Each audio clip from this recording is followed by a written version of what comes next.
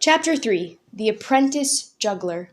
There was a juggler in Great Park, the land of the king, who wanted to perform with the juggling master's troupe more than anything else in the whole world. But he had something terrible hidden in his heart, a secret he had shared with no one man. The apprentice juggler was sure he would shame the troupe in tonight's performance. He knew he would drop a baton during the pyramid cascade. Then the juggling master would know his secret, and he would lose his place in the juggling group. A knot in the pit of his stomach felt like a tug of war between giants. Standing in the middle of the practice field, the apprentice juggler warmed his hands in a patch of morning sunlight. He loosened his fingers with limbering exercises. He started tossing the balls in a basic crisscross pattern. The apprentice juggler concentrated. He could hear the words of Juggling Master's first lesson. Teach the balls to dance. The word ball is from the French. It means to dance. Make the balls dance. The balls did dance in the apprentice juggler's hands. As long as he worked alone, he did fine. In this last year, as an apprentice, he had learned to toss rings, batons, clubs, and eggs, unboiled ones even. He could spin plates on sticks.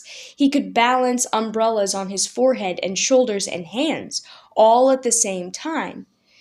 He put 3 balls in motion. Throw, throw, catch, catch, throw, catch, catch. No one knew he was battling his inner count. No one knew that a different rhythm was ticking in his heart than in his hands. It was only when the apprentice juggler worked with the other student jugglers or when he did a routine with the troupe that things went wrong. He tripped. He dropped batons. The others thought this was because he was new at juggling, but the young man knew his inner count was just plain different. He didn't want anyone to know his secret, particularly the juggling master. To work with the troupe was the glorious goal of every apprentice. The balls danced in the apprentice juggler's hands. He switched to the 2 in one hand. He practiced showers. He picked up 2 clubs. He tested their weight in each hand. He tossed one high. It turned twice in the air, a double. He started a 3rd club with an outside foot kick up. It turned twice in the air. Soon, even the clubs were dancing.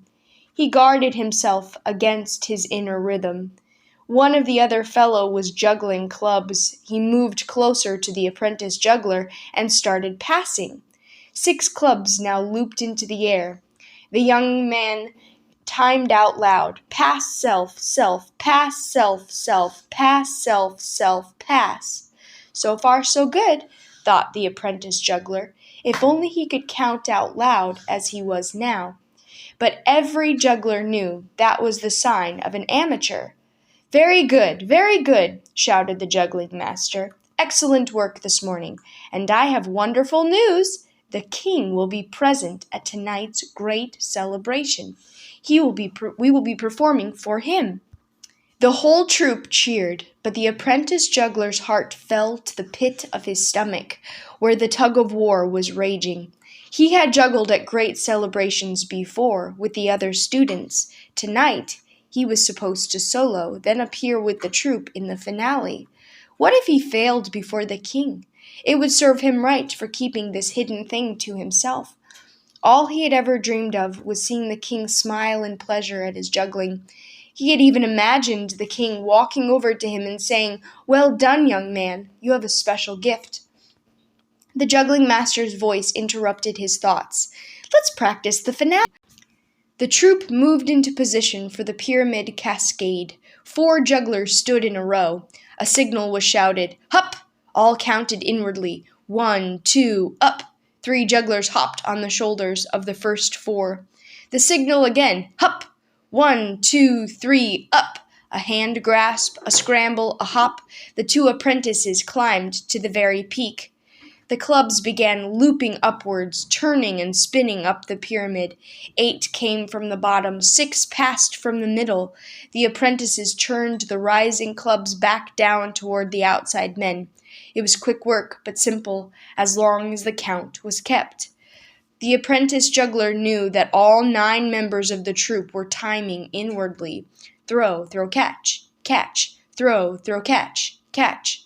With horror, he realized his count was off again. He had been silently timing throw, throw, catch, throw. He caught himself and changed his pace, but it was a loud danger signal. Should he tell the juggling master? But how could he bear to have his place taken from him and given to another? What would happen if he followed his inner count? What disaster would befall him? With sagging shoulders, the apprentice juggler walked home from the practiced field. Later, with lagging feet, he made his way to the huge clearing in deepest forest. Here the great celebration always took place, surrounded by the circle of sacred flames. The subjects of the king were beginning to gather in inmost circle. The sacred flames had been lit, and they flickered and danced in a huge ring. Rangers in their dark blue cloaks stood posted around the flames. The music of celebration had begun. The apprentice juggler watched as celebrants walked through the gateway of flame into inmost circle, making entrance. The ceremony was called. He saw each one become real as he or she did so, for the sacred flame showed persons not as they seemed, but as they truly were. All disguises were gone.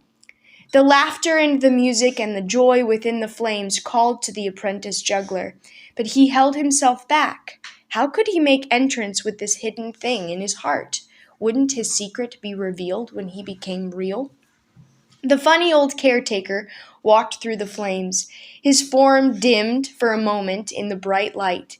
Then he made entrance. He became tall, straight, broad-shouldered, wearing the dark blue cloak and silver clasp of a ranger. Caretaker was not what he seemed. He had become Ranger Commander, Chief Protector of the park, and intimate advisor to the king himself. The apprentice juggler squirmed. He remembered how Caretaker had found him as a young child, hungry and abandoned, and had taken him to Mercy, who had loved and nursed him. He remembered how Caretaker and Mercy hated dark and hidden things. He decided to wait for the juggling master and tell him the secret that his inner count was different and dangerous to the troupe. The apprentice juggler would ask him to choose another for the finale. It was the only way. A sob shook his shoulders. Never more the feel of the batons or the thrill of tumbling objects. Never more the weight of the ball popping into his palm then popping out. Never more the wonderful rhythm of the troupe. They would give his place to another. What would become of him? Where would he belong? The young man knew he would never make a good baker or gardener or forester. He couldn't stand singing or dancing. He had absolutely no desire to be a ranger. The only thing he had ever wanted to do was make balls and clubs and rings and batons and eggs, unboiled, dance. In anger, the apprentice juggler tossed the balls he held. This time he kept his own count. Sure enough, the balls moved at awkward intervals. The juggling was not smooth. The rising and falling rhythms were hazardous. He had to tell his secret. He would never be like the other jugglers. A beggar was approaching the circle of fire. The man wore a brown cloak with a hood that covered his face. He carried a staff and limped. "Alms, alms," he cried. "Pennies for the poor, the poor." The beggar stopped by the boy and asked, "Juggler, are you performing in the great celebration?"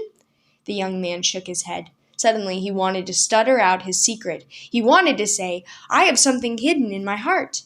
The beggar motioned for him to step closer and whispered, "I saw you juggling just now. Keep your own count. Listen to the rhythm of your own timing." The apprentice juggler was amazed. How could a beggar know his count was wrong when he had guarded the truth from everyone? The beggar laughed. He said, "I understand. My rhythm is different too." With that, the beggar turned to make entrance. The boy heard the rangers shout, "To the king! To the restoration!" The form of the man was dimmed in the flames. Then he stepped into the inmost circle. A cry of recognition went up. People came running to welcome the new arrival. They shouted greeting and called to one another.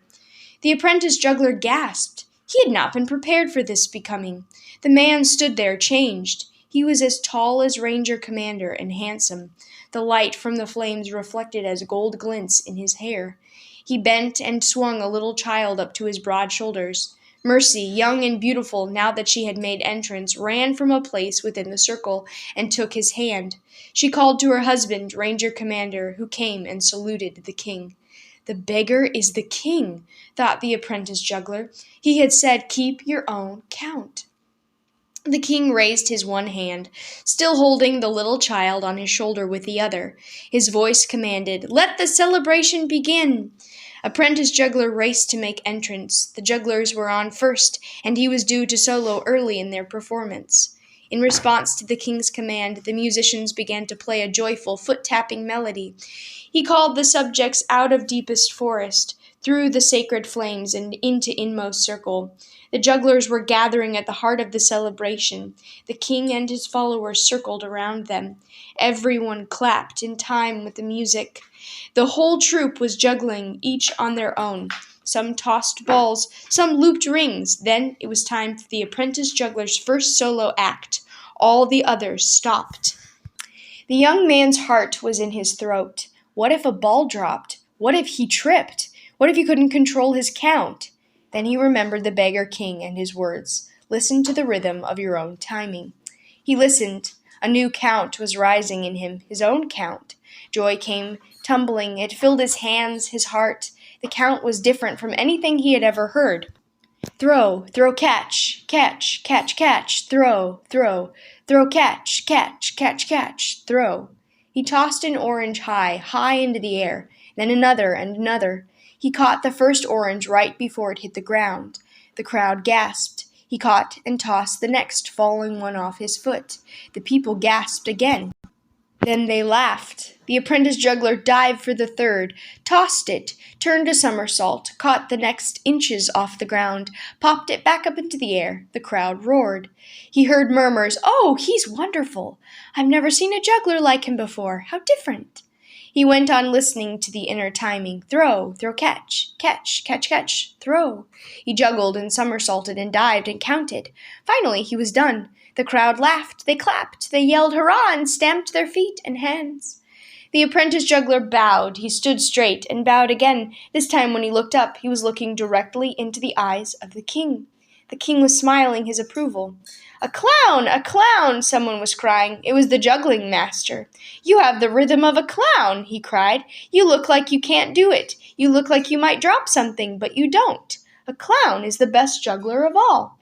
The juggling master became stern. He shook the juggler's shoulders. Why didn't you tell me your rhythm was different? Because, stammered the young man between shakes, I thought I would lose my place in the troupe. The juggling master stopped shaking him. Lose your place? Find your proper place, rather. Didn't you know that in the great celebration, all who desire a place find a place? With that, the juggling master put his head back and laughed. A juggler with the instinct of a clown. Oh, they are rare, they are rare. What a troupe we'll have. We'll bring down the house. We will make the balls dance. So the apprentice juggler lost his place in the troupe, but found another. For all who live by the rhythm of the inner timing which the king approves, find a place in the kingdom all their own. More than any, they live happily ever after.